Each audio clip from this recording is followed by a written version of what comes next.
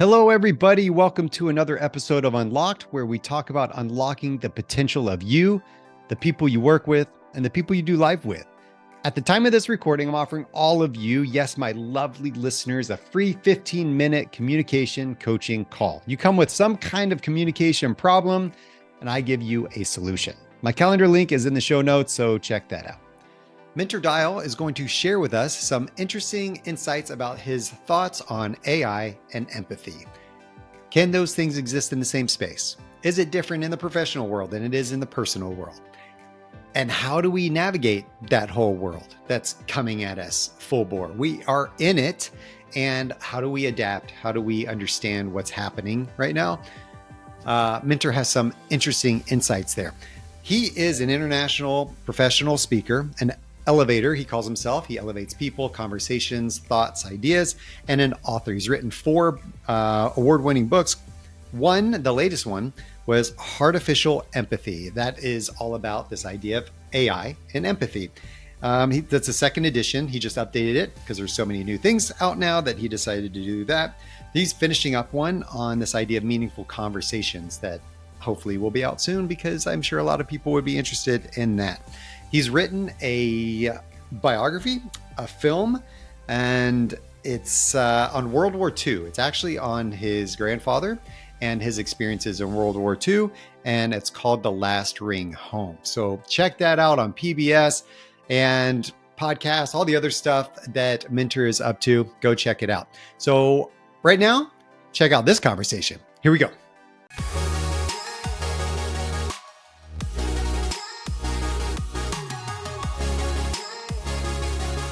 I'm sure the world is excited to hear about this because, that's how many listeners I have. I have about 2 billion going on, all over the world. So you're going to get some good exposure here. Mentor, we're talking empathy and AI. And I sit there and go, well, that sounds weird. Can AI empathize? And I heard this, I'm going to throw this out there really quick. There was a podcast I was listening to, and they had this woman on there that it's a research engineer starting and working with AI. And she says, right now, AI's brain is about the size of a squirrel's brain, if you could, relate it to something. And it's doing what it's doing. What happens when it gets to the size of a human brain? What will AI be like? What will it be doing? Will it be able to truly empathize? Does it already empathize? So I'm interested. I'm setting up the conversation with that, and I want to hear what you say. Well, so to the first point, I would like to say, can humans empathize? There's a lot of research that shows that over the last 40 years, our ability as human beings to empathize is declared to be much lower. In fact, 40% lower as far as students are concerned in the United States. And in general, in pretty much study after study, they are witnessing a reduction in empathy. So I think the idea that a machine can be empathic, we should put it in the context of our human abilities and our desires to, for example, listen to one another, learn from one another. And it strikes me, Christopher Lasch wrote a book called The Age of Narcissism in 1978. The tolerance or the desire to learn about somebody else, to listen without judgment, has been on the massive decrease. And if you program intelligently a computer, which has, although small brain, if you say, well, I'll get to that in a moment, but which has, a huge amount of processing power, storage capabilities, and a lot of data to go from, will probably have a lot more patience if it's properly coded, and a willingness to listen to you without judgment. So on that, I think there's a lot of room. And as far as the AI machine, the brain is concerned, there's an interesting, there have been 2 major projects trying to mimic the human brain. One was in Geneva and one was in Japan. And neither of them worked, despite hundreds of, millions of dollars, really, if you add them up, invested in them. One was a 10-year project, and they gave it up. And the other one, after 10 years, effectively managed to replicate 1% for 1 second of the brain. One second of 1% of the brain they were able to replicate through machines, and that took 40 minutes. So if you think about how long it would take us to then replicate 100%, and all the time, we're a long way from there. That is quite a long way. So what would you say to the people that are afraid of AI taking over the world? Well, as far as taking over with autonomy and all that, I'm pretty sure that is distant fiction, or at least far out there. Because at the end of the day, what that would require would be a whole lot more data and a desire for that to happen, because you'd need to program computers to do that. The idea of giving over our total agency and an intention of takeover would be something that the human being would have to encode into it. That's my opinion. Okay, I can go along with that. I am of the camp of we have had technological advances since, a long time ago. I mean, everybody thought the Gutenberg press was going to, change the landscape of the world. It did in good ways. There's always, and again, on this podcast where they were talking about these things, it was the idea that temporarily there will be a loss of jobs. Temporarily, there will be some pain. Temporarily, there will be that immediate reaction of those people that are directly impacted. But when you look at the following generations that come from that technological advancement, they all thrive.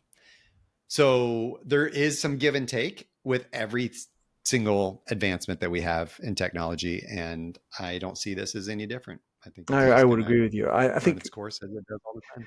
one of the things that's interesting, Scott, about AI, or these technologies in general, I think, but specifically with AI, and it's been proven in a few studies actually very recently, is that the way you evaluate or what you think of AI will inform your outcomes as well. So if you're really fearful of it, then it's going to be very hard to act with it and act on it. And there's a study that showed that with a chatbot, they were told half of the people interacting with it were told that this was a caring chatbot, and the other half were told that it was a not so caring chatbot. I can't remember the verbiage for the opposite, but in any event, it was exactly the same chatbot. But the people who were told that it was a caring chatbot had very positive outcomes, and the people who were told that it wasn't had negative outcomes. Yeah, yeah. How did you get to this point in your journey? I mean, you've been where you are. You've created film documentaries. You're a speaker. You've been in the leadership space. Why this topic for you? How did you land here? How did you become what we'll call an expert in this topic? Because we just need to be better than somebody else, and then we're an expert, right? So, how'd you get there? As they say, you said it. I would rarely wish to call myself an expert, but so let's say that I have always had two parts to me: part geek and part poet. And I lived that, let's say, when I went to university in America, where I would spend my evenings down in the VMAX center with these huge computers and learning how to code Pascal and BASIC and C++. That's back in the 80s. Meanwhile, studying trilingual literature and reading one book a day or a novel a day. So I've written lots of poems and so I've always enjoyed the creative side of things, but I've always been and I would say I was more prosaically interested in the typewriter. An economist came to my university and made a speech that really impacted me. Lester Thoreau, to name him. He said, all future executives will know how to type. And at the time, we're talking the 80s, and sort of typing was not something that executives were doing. Back in those days, we had secretaries and stuff. And anyway, I lent into that whole idea of tech. And then when I was at L'Oreal, my last position, I was head of, amongst other functions, technology, or the head of IT, if you will.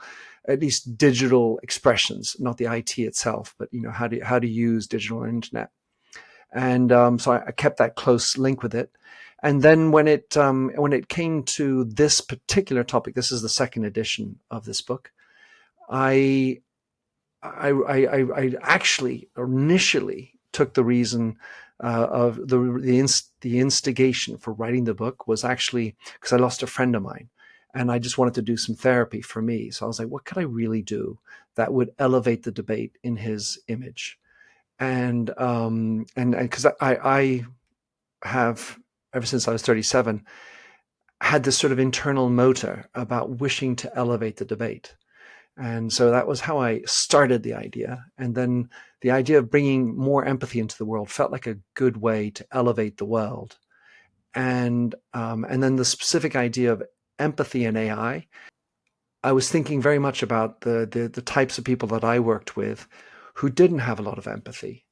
And I thought for them, it might be really intriguing if they wanted to delegate the empathy that they might want to bring into an organization to a machine, because it's not for them to change. It's not for them to do that, listening to clients and employees whine on.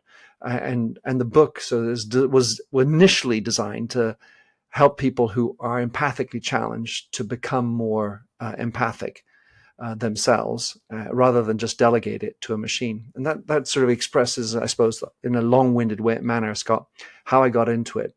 And then I wrote the second edition because so much has changed in the last 4 years to make the need for more empathy in our world, and and to make AI smarter and better and more effective. So why do you think, and I'm going to say because we need it as human beings, like it just seems like a natural ingredient that we need, that whole empathy thing. You stated that kind of jarring fact statistic at the beginning. Why do you feel the need for more empathy? Yes, there's a deficit running, but what about the other side of it? So what are we missing out on because of this lack of empathy? What's the opportunity? Well, the growing divide, isolation, because people no longer are connecting with one another. It's sort of small talk at best, because so many topics are off base. You can't talk about things without jarring or triggering somebody to go one way or the other.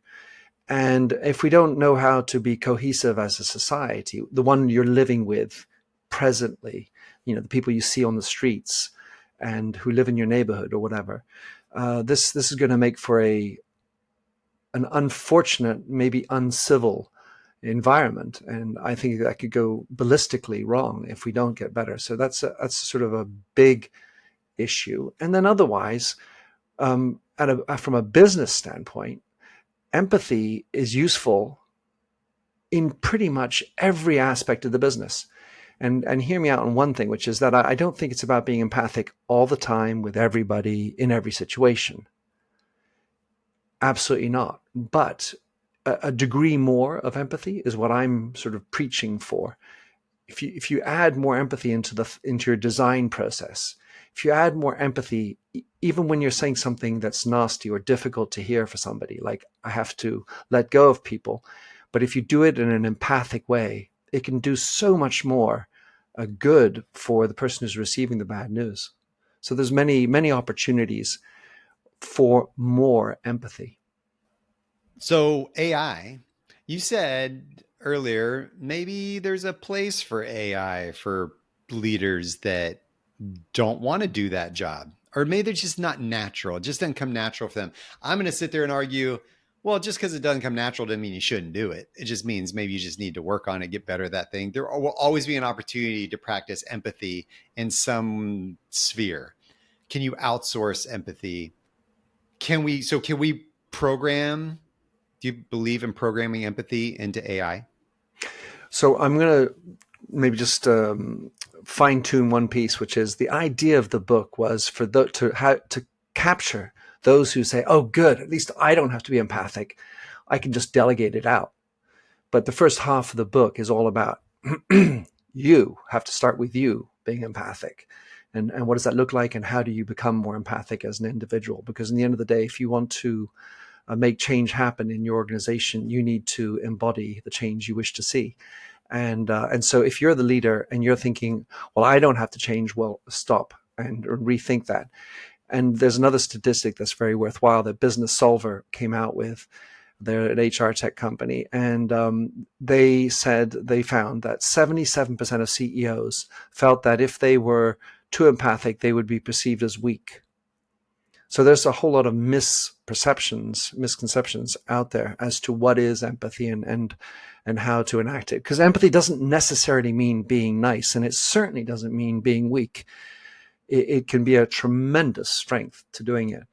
And as far as putting it into AI, I'll start with this piece, which is that the way you define empathy, typically in sort of empathic circles or empathy expert circles, we will generally, but there are plenty of variations on the theme, have two different types of empathy.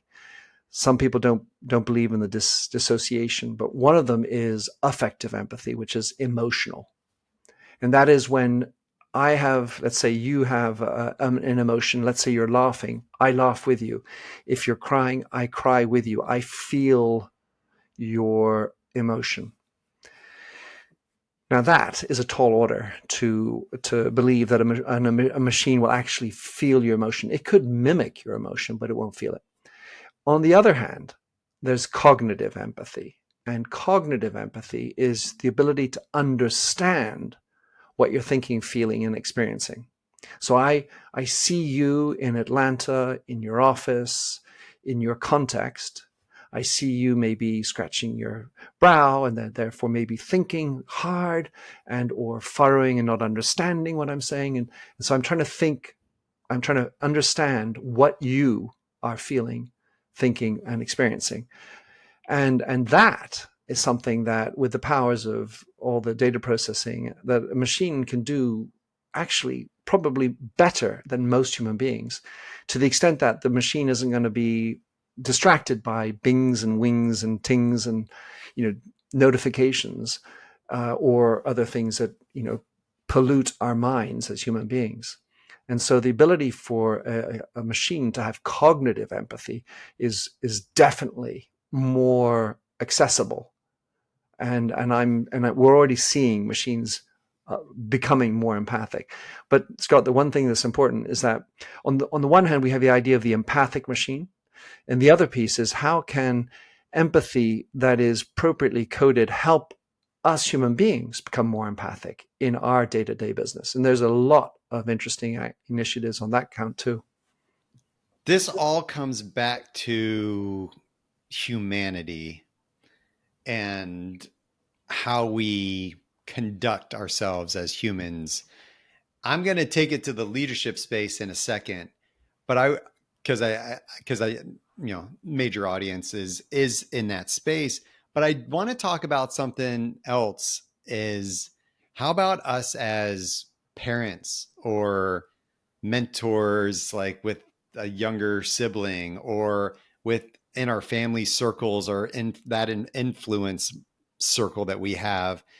How would you see AI and empathy and this idea playing into that role?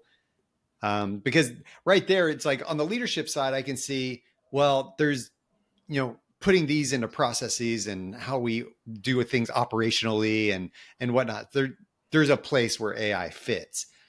As a parent, as a brother, as a son, what is there a place for that in my life? Well, from a personal standpoint? I would argue that, well, AI is already in our lives, right? I mean, it's sort of there. And I feel like the bigger argument must be get rid of tech and focus on the human things. And I think that's contributed to some of the deficit in empathy is the desire to be more on my cell phone or my smartphone than face to face with people. The number of people who are dissing or breaking up with people through a text message is disheartening. The lack of family dinners where we all sit around without any telephones on the table and have full-on conversations about a book that we might have read or or something far more cultivated than just what happened in the sun and the sports team that won this or that. Having a strong, interesting debate at family dinners. And there's one other thing I would like to address, and that is a thing called close communication bias. So for those who have studied empathy, they will know about this. But this is something that happens when you are dealing with people with whom you're close. And so the easy target would be your spouse. So you come home, hey, how was your day? And then the person, your spouse, tells you something, and you're almost cutting them off before they have finished their sentence because you know what they're about to say. And whenever they talk, you're already thinking about what you're going to be saying next, as part of a history between the two of you, and you do have an inbuilt knowledge. What that means is that the other person doesn't get heard or feel heard. And that creates chasms.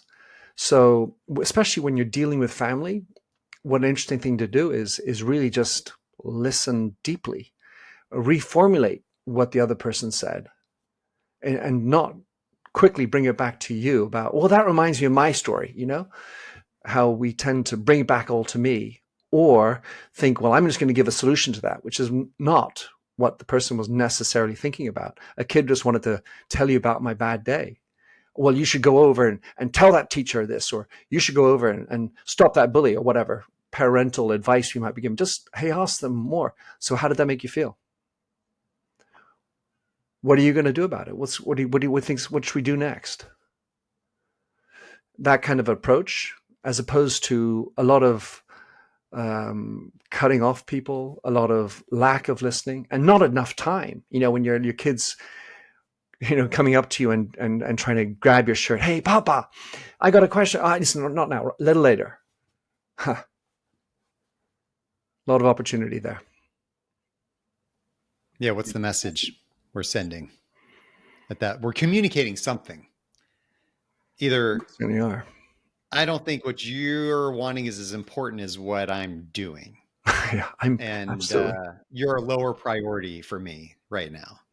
And we'll say things like, oh, I don't have time right now. Right. But you're just choosing something else 100%. in that moment. And having that realization for ourselves, I think, is powerful and empowering, because a lot of us feel victims to time, a victim to tech, a victim to, especially now that, we do a lot of things virtually. We set meetings from 11 to 12 on the dot, and then we get from 12 to 1 on the dot. And then we forget that there was like some mingling afterwards and some interrelational connectivity and what we used to do. And I think we're missing out on that humanness. And I think that that's a little bit of what you're talking about here, is that connection that is going. So as we move into the age more so of AI and how we're using it in our lives, how do we balance those things? How do we not lose the humanity of who we are and what makes us human, and not replace that with, right now I feel like we're a little bit out of control with the whole tech thing. And that's why we're like craving everybody put your phones away and we're going to talk. And it's like, I can't imagine somebody saying that 20 years ago, but we're saying that now. So how do we not replace that? Well, I think we need to be intentional about it. And a lot of my stuff is done in French, and I have this. It's great in French, doesn't work in English. But there's an expression, "j'ai pas de temps," which means in French, I don't have time. But it also means the pas de temps is the pace of time, the way you organize your time. And so you need to be intentional about wanting to allow for the time. So you can't have an agenda that looks back to back. First of all, you're not giving yourself time, and you're not giving time for others who are going to maybe solicit your time. You don't know when that might happen, but you need to allow for buffers enough, just like at home, just like at work. So I used to, when I was working in a large organization, L'Oreal to name it, I would attempt, and certainly with my assistant's help, to carve out 50% of my time not to be in meetings. And that would allow me to, amongst other things, write strategic notes, see clients, but also allow for employees to come in and speak to me when they needed to speak to me, or at least, there was opportunities for them to knock on my door that was open. So I think you need to be intentional. Another thing which I think is important is to, and this is something I think I really is also related to our out of controlness, is that we've lost touch with who we are ourselves. We have these images of ourselves, these projections that sometimes are on social media, but in general, that are more and more dissociated from who we really are. And we don't spend the time on thinking about ourselves enough, which includes things which are not so easy, like, what are my bad sides? What are my imperfections? What are the things that I'm carrying with me from my childhood that are really impacting the way I am? Because if I'm not grounded in that space, when I'm listening to a kid or somebody else, I'm going to have this little thing in the back of my head, little devil on my shoulder or whatever, that's going to cloud my ability to listen to you in an unfiltered way, without judgment, without preoccupation, or the zit on my nose. And if you don't have that sense of presence, that will confound your ability to be properly empathic, because it does require being present and in the moment with that other person, not preoccupied by some unconscious or some subconscious issues that you've never resolved or wanted to be at peace with.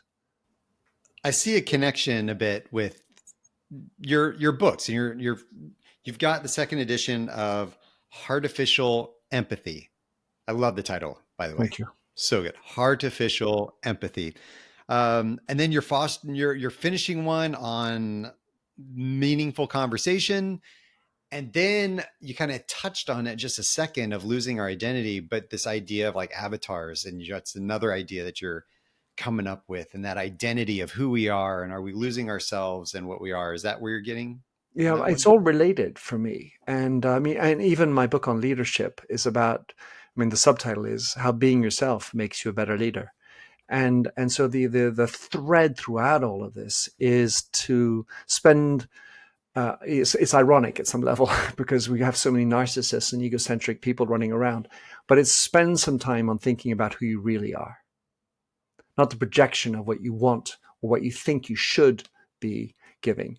And if we have such huge mental health issues, one of them is lack of knowledge of self and discomfort with anything to do with anything imperfect, because that's not how society rolls.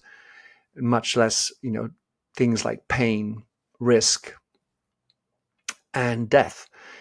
And so this mental health issue is also related to things like our lack of connection amongst one another. I on this topic, I'd love to put in a plug for a book by a guy called Johann Hari, Hari, an English journalist who wrote a book, Lost Connections, which talks about depression and mental health, which he had suffered from, but he provides a really interesting blueprint for reconnecting and how to reconnect. And in today's world, we've seen study after study that we've lost that strong circle of friends. We used to have 5, and then about 20 years ago, it went down to 4, and the last one is about to come out or just came out, and we're down to 3 friends that you can call. So this lack of connection, lack of strong bonding, I think also will be helped if we can go back to having some more meaningful conversations, not just, how did the Yankees do or the Braves? I'm impressed with your knowledge of Major League Baseball. I went to university in This is America, good. so. You have enough connections over here. Here's something I want to talk to you about is some takeaways for everybody. I mean, is there like, what is your advice for those leaders out there that are like, just the empathy thing comes hard for me. I know it's important. I see it. It's important. I don't necessarily want to outsource it to AI. Like, there's this thing. I know I'm going to have to do it as a leader. How can we become better at this whole empathy thing? Are there any tips you have that you've used in your book or anything else that you've used to coach leaders in the past? Well, so just before I get into the tips themselves, the first is to have that kind of self-awareness that you just talked about, Scott, where you're like, well, I know I'm not really good at it, or, I know I don't have time or don't really understand it. So being self-aware is a great first step. And also being aware of your level as an organization of where you are. Then what I would tend to do would be think about, well, what are strategic issues that you might have in your organization? And if you're the leader, then presumably you have articulated the strategy for the next year or two, and and you will have a good understanding of what your issues are. So I'm really struggling to recruit really great talent. We need to get more new clients. Our innovation cycle is not good enough, not fast enough, or whatever it might be. Well, there's a very strong chance that empathy could help in that particular thing. So if you know you're not good at it, you got that self-awareness, as an organization where you sit and you're not overestimating yourselves, because we have an incredible ability to overestimate ourselves, especially when we're successful and up there with arrogance. When we have that sort of self-awareness and honesty about it, then applying empathy into your strategic issues will give you an extra motivation to go for it, to get over the hump of, oh my God, I'm going to be too weak if I'm showing an empathic. It's actually going to be highly productive and useful for you as a business. So that's sort of like the preamble, Scott. But then in terms of how do you become more empathic? Well, so cognitive empathy is something that you can really, truly learn and practice. Effective empathy is not something I believe you can learn. It's like, how do I teach you to love, or how do I teach you to cry? I mean, you can do that in acting school, but when it's inauthentic, any form of empathy is not useful. So it's a muscle, so you can practice it. So let's say you're not so hot at empathy, you don't really understand it. Well, why not start with, for example, when you're out talking with strangers on a bus, going to work, or on a train, and you're sitting beside somebody, and rather than tell them about your lives and how amazing you are, just listen to the other person. Hey, so what do you do for a living? Oh, I do this. Well, that's really interesting. Tell me more about that. And what's it feel like to work in that industry? And blah, blah, blah, as opposed to bringing it back to you. And then when they say something like, it's really difficult to fire people. Oh, well then, what does it make you feel like to fire people? Well, then they will load on, and they won't even know that you're reformulating what they talk about. They'll carry on. And it's amazing the feeling you get. At the end of the train ride, the person will inevitably say, you're an amazingly interesting person. Yet they have known nothing about you. They've connected into you. So practicing it out with strangers, for example, at home, go back home, and then just be prepared to listen and practice listening and making sure they understand, or they know that you understand what they were saying. So I see you're frowning, my dear son. Why are you frowning? Or tell me what that makes you feel, and ask them questions and be legitimately, genuinely curious about them. So that's practicing empathy outside of work. And it's sort of low stakes. I mean, it's higher stakes for your family, but with strangers, it's no stakes, really. Yeah, but at work, you can also do it. You can't do it all the time with everybody everywhere, but at times it might be useful. So, I used to have a lunch with members of my team or one lower rank and so on. So I could sort of farm out and find out what's happening. And I would just ask them what's going on in their lives, and ask them real genuine curiosity, genuine desire to learn about them and their situation. And if you don't have that genuineness, then it's probably a non-starter. But those are some good things. And the last thing I would say, practice meditation. It's very important to be present when you are listening deeply to somebody. And meditation is a great way. You can do it more guided in the morning, 20 minutes or whatever in the morning, or 10 minutes even. But then you can also just be aware of your emotional state. When you go in, you're like, oh, I'm a big boss. I'm going to come in rah, rah. I'm supposed to be this way. But if you didn't sleep well, if you had a fight with your spouse, your rah, rah idea, I can do this, it's going to come out. either it's going to come out or it's going to hurt you internally. So being aware of your emotional state, that's sort of self-empathy, thinking about breathing before you speak, because you feel your emotions coming up. You're getting triggered by it. And for example, you might have an employee who you always found is a little bit lazy, and the employee comes in, oh, I can't do that. First reaction is going to be, oh, fuck, now here he goes again, right? So how do you do that? Well, right. So I'm aware that that's going to happen. So I'm going to do some small exercise so that I don't immediately have that negative thought that, of course, the other person is going to feel, even if you don't express it. So these are some ideas as to how to, I hope, practically bring empathy into your business. Ah, that's smart. I like it. I noticed questions was a foundational element of some of that, is asking questions. Because as soon as we stop asking questions, we're pushing information, and we're probably not listening as much. And if I In may, that you space. need to So I make think sure that, they're more open questions yeah, rather than closed questions, because those are pretty orienting. yeah. Don't you think that's a bad idea? Questions are not good, but opening questions. Tell me more about that. That's Rob Volpe's name of his book is reading. Tell me more about that. Or how does that make you feel? What are you going to do about it? Mm-hmm. Yeah, As opposed to yeah. bring it to me. That's really good. Yeah, that seems to be more proactive, type of engagement and leadership, and just self leadership, and that light, more than reactive. Is my a family therapist friend of mine. We were doing some speaking engagements and stuff together, and he said one of the biggest aha moments for him was when he was speaking to a friend of his, and the woman said to him, "Oh, my dad just passed away." And this friend of mine was like, "Oh, I'm really sorry to hear about that." Just reacting like we normally would. We've been conditioned to react in a certain way.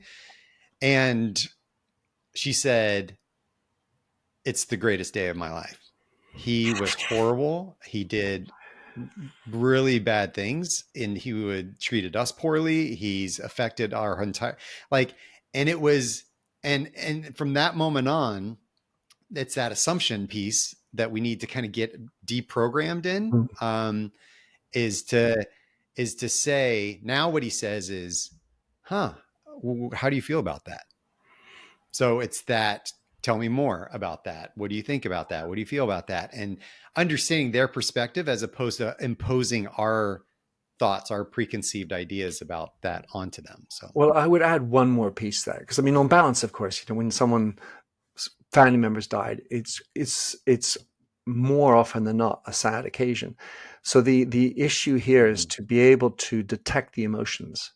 So if you're not present and you're sort of on an automatic dial, use my name, you will just go into that mode, right? But if you see the person crying, well, you don't need to say, how does it make you feel?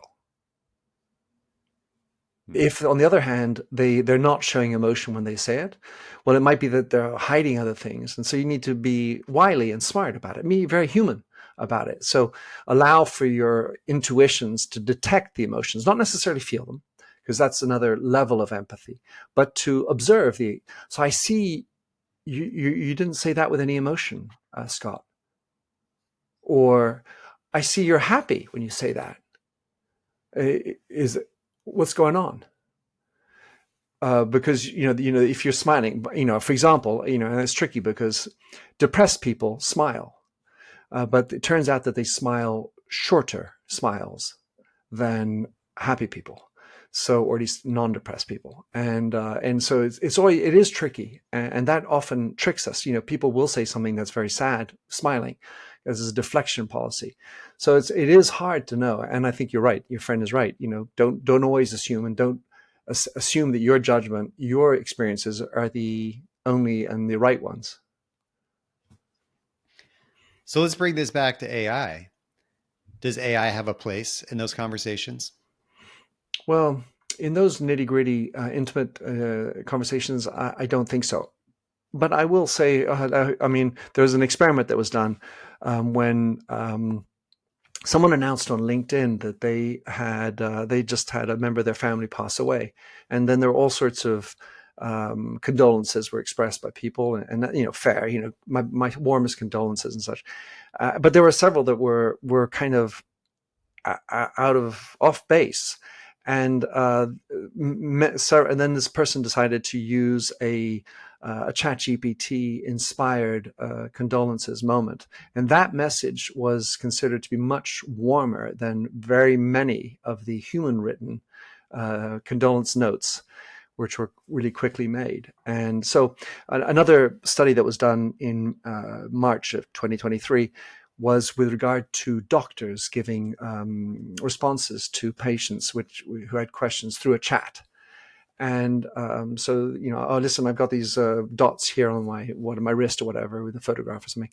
And so the doctors would give their responses. And for the other half, they were done by chat, a bot, a well-programmed smart bot, no doubt. And 78% of those people preferred the response from the bot than the doctor. So because the bot has more time, can access more data quickly. Sometimes the doctors are pressed. They don't have that bedside manner all the time because they too are stressed. And so even in that medical field, they're already seeing how AI can help. You have AI plus human, which is a really interesting zone where AI could help and can help, for example, for you to craft an email. And you might write your email to your friend John. Hey John, this is blah blah blah, and the bot will look at it, scan it, and say, you know what, Scott, you might want to take out that second sentence and replace it with this. It'll be in a more empathic approach, and so I can see how it'll be more and more like that AI plus, or AI empathic AI plus human, making some of our communications better. Okay, so what you're saying is you don't think it'll replace that, but you think there is a place for it to help supplement, to help filter, to help access the data that it has to understand what maybe more appropriate conversation would be or a way to phrase this sentence. So maybe I was mistaken. I was thinking more about the sort of the personal stuff at the beginning as opposed to the business side of things. Sure. Yeah. So in a personal Yeah. I space, mean, I would almost say it's for either one. right? Well, I'm trying to promote sort of human and AI. And so there's times when you can be human, and there are times when it can only be AI. I mean, there are different places, and it's about finding that mix according to what your objectives are, your culture, and many things. But in the business place, where I see the most opportunity over the next 5 years will be using an AI that is infused with empathy to help you run your business. And so that could be in your customer relationship management, it could be in your customer service center, and you still have human beings. You try to remove as many as possible of the repetitive, boring tasks, and you also try to enhance your human agents, allowing them to retain agency, but giving them ideas as to how to be a little bit more empathic. Because sometimes it takes time and it takes data that you might not have at your fingertips. But if your AI is smart and goes out and says, this customer has had 54 interactions, 28 of them have been better because of this, let me give you this type of advice. There's no way a customer agent is going to be able to get that. But when it's smartly programmed to help your humans, then it's less about fear of taking over my job, but making me look better. And I think that's sort of the big avenue, the big opportunity for businesses with regard to empathic AI. Ah, I love it. Thanks for the clarity on that. That's gold. That's really, really good. You've got the second edition of Heartificial Empathy that is out now, so people can get their hands on that. Your other books are coming. If people, you speak all over about this topic, and it's very timely, it's very relevant. And if people want to hire you to come speak to their organization, to share your thoughts and knowledge with them, consult them, coach them, where do they go to find you? Well, the easiest place will be go to my blog, minterdial.com. They've got a little speaker tab, and you can find my agents who get me. Otherwise, you can directly contact me. I'm pretty much out there on all social media and all that, and I'm pretty good at getting back to everybody. But you'll find my books on all, as a portal on my site. You have my podcast and various other ways I try to elevate the debate and make the world a little bit more meaningfully interesting. Elevate the debate. You do title, one of your titles is elevator, which yep.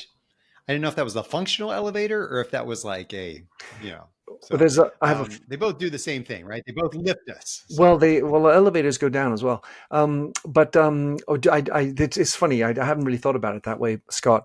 But I did. When I was younger, I came up with an elevator philosophy, which is, if I get stuck in an elevator, always have something to do.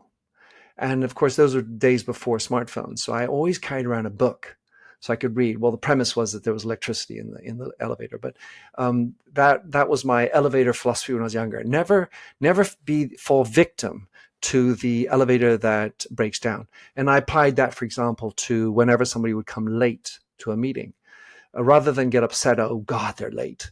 Well, just take advantage of that time for you and have something to do that's useful, so you can plan for the fact that people do come late or things don't happen and elevators break down.